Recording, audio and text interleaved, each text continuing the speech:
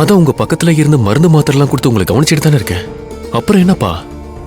என் பக்கத்துல இருந்து மருந்து மாத்திரை எடுத்து கொடுக்கறதே உனக்கு பெரிய வேலையா தெரியுதுல்ல?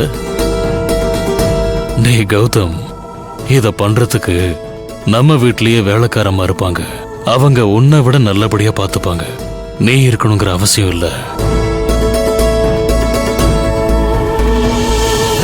இப்படி என் பக்கத்துல இருந்து பாத்துக்கிறதே உனக்கு பெரிய அவஸ்தையா தெரியுதுல்ல?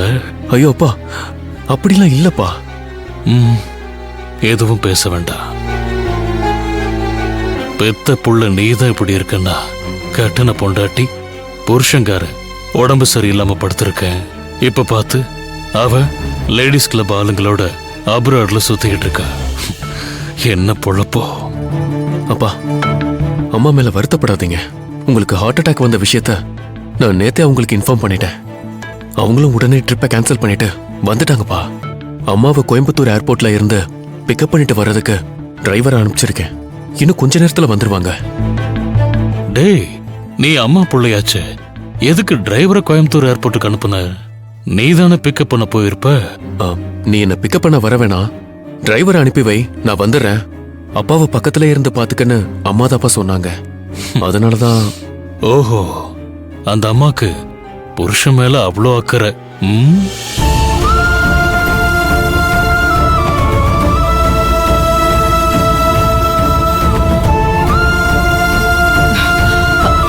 என்னங்க? அப்பா, அம்மா வந்துட்டாங்க. என்னங்க? என்னங்க என்னாச்சுங்க உங்களுக்கு? எப்படி இருக்கீங்க? ஐயோ கடவுளே, உங்களுக்கு இப்படி ஆகும்னு நினைச்சு கூட பார்க்கலையே. இப்ப எப்படிங்க இருக்கீங்க? காட்டுன புருஷன் மேல என் பொண்டாட்டிக்கு அவ்வளோ அக்கறை. என்னங்க இப்படி சொல்லிட்டீங்க? உங்களுக்கு ஹார்ட் அட்டாக்னு கௌதம் ஃபோன் பண்ணி சொன்னதும் நான் எப்படி துடிச்சு போயிட்டேன் தெரியுமா? நீங்க என்னமோ அக்கறை இல்லைங்கிற மாதிரி சொல்லிட்டு இருக்கீங்க. நான் உண்மையை தான் சொல்றேன். என் மேல உனக்கு நிஜமாவே அக்கறை இருந்திருந்துச்சுன்னு வைய, உன் லேடிஸ் கிளப் ஃப்ரெண்ட்ஸோட சேர்ந்து அப்ராட் ட்ரிப் போயிருக்கவே மாட்டேன். என் கூட இருந்து அக்கறையா என்ன இந்நேரம் பார்த்துட்டு இருந்திருப்ப. உங்களுக்கு இப்படி எல்லாம் ஆகும்னு தெரிஞ்சிருந்தா நான் போயிருப்பேனாங்க. இப்ப எனக்கே அப்ராடுக்கு போன இடத்துல உடம்புக்கு முடியாம போயிடுச்சுன்னா அந்த விஷயம் தெரிஞ்சாதானங்க உங்களால வந்து பார்க்க முடியும். அப்படிதான் உங்களுக்கும் இப்படி ஆயிடுச்சுங்கிற விஷயம் இப்பதான் எனக்கு தெரிஞ்சது. பதறி அடிச்சுக்கிட்டு ஓடி வரேன். நல்லா இருக்கிறவங்களுக்கு திடீர்னு இப்படி ஆகும்னு யாராலங்க ப்ரெடிக்ட் பண்ண முடியும்? நீங்களே சொல்லுங்க. அம்மாக்கும் பிள்ளைக்கும் இப்படி அழகா பதில் சொல்லி தன்னை நியாயப்படுத்திக்கிறதுக்கு சொல்லித்தரவா வேணும். இதுலதான் நீயும் உன் பிள்ளையும் டபுள் டிகிரி வாங்கினவங்களாச்சு. சரி, நீ அப்ராட் போனதுனால நான் உடம்பு சரியில்லாம இருந்தப்போ உன்னால இங்க இருக்க முடியல. ஓகே, உன் புள்ள இங்க தானே இருந்தா, அவன் என்ன பண்ணிட்டு இருந்தான்னு கேட்டியா? அம்மா, கார்ல போகும்போது திடீர்னு செஸ்ட் பெயின் வந்துடுச்சு. அப்ப என்ன பண்ணணும்னு தெரியாம தடுமாறி போய் அவசரத்துக்கு இதோ உன் புள்ள அவனுக்கு போன் பண்ண. அப்போ உன் அருமை புள்ள போன் அட்டன் பண்ணவே இல்லை. அத பத்தி உன்கிட்ட ஒரு வார்த்தை சொல்லிருக்க மாட்டானே? ஒன்னும் சொல்லலையேங்க. டேய் கௌதம், அம்மா, என்னடா அப்பா இப்படி சொல்றாரு?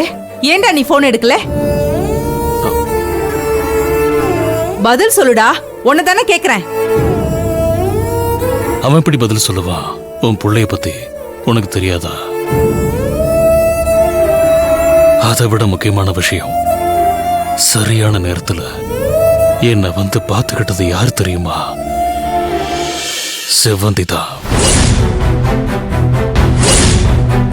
அன்னைக்கு செவ்வந்தியோட பொண்ணுக்கு சடங்கு ஃபங்க்ஷன்.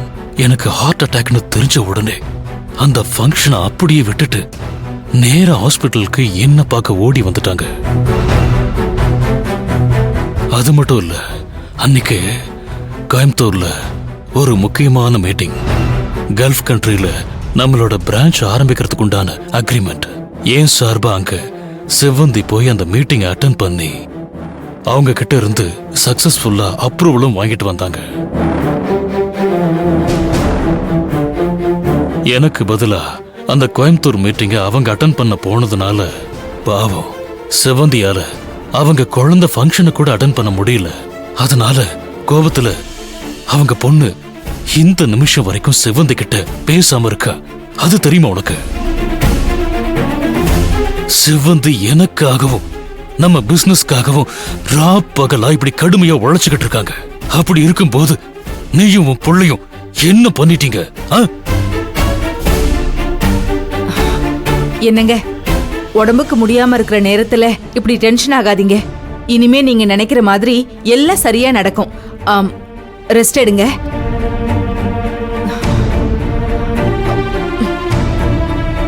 டேய் கௌதம், வாடா.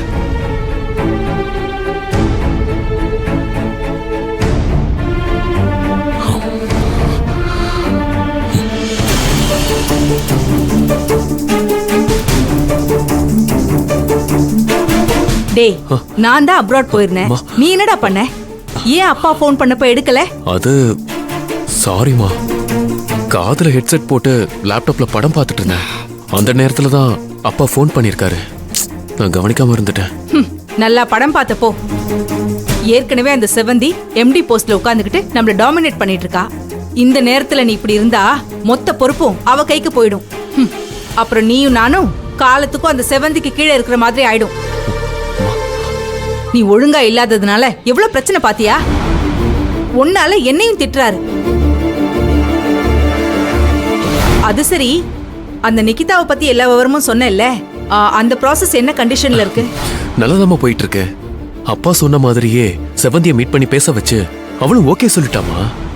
கடைசியா உனக்கு பொண்ணு பார்த்து ஓகே பண்ற பொறுப்பை கூட உங்க அப்பா அவ கையில கொடுத்திருக்காரு. இதுக்கு மேலே இந்த விஷயத்தை விட்டா சரியா இருக்காது. அந்த செவந்தி ஏதாவது பண்ணி ஓரம் கட்டணும். ஆமாமா, இனியும் நம்ம ஃபேமிலில இருந்து பிசினஸ் வரைக்கும் செவந்தியோட கை ஓங்காம இருக்கணும்னா நிகிதா மாதிரி ஒரு பணக்காரிய கல்யாணம் பண்ணி பினான்சியலி நம்ம ஸ்ட்ராங் ஆயிட்டா நிகிதாவை வச்சு செவந்தியை விரட்டிடலான்னு பூர்ணியக்கா என்கிட்ட சொன்னாங்கம்மா. எனக்கும் அது சரின்னு பட்டதுனாலதான் நிகிதாவை கல்யாணம் பண்ணிக்கணுங்கிற முடிவுக்கே நான் வந்தேன். நீங்களும் பார்த்து ஓகே பண்ணிட்டீங்கன்னா அடுத்து தாம் தூம்னு கல்யாணம் தான். அப்ப உடனே நிகிதாவை பார்க்க ஏற்பாடு பண்ணு. நான் பார்த்து பேசி முடிவு பண்றேன். சரிம்மா, நான் அவகிட்ட போன் பண்ணி பேசிட்டு நம்ம வீட்டுக்கு நேர்ல வர சொல்லிடுறேன். வர சொல்லு.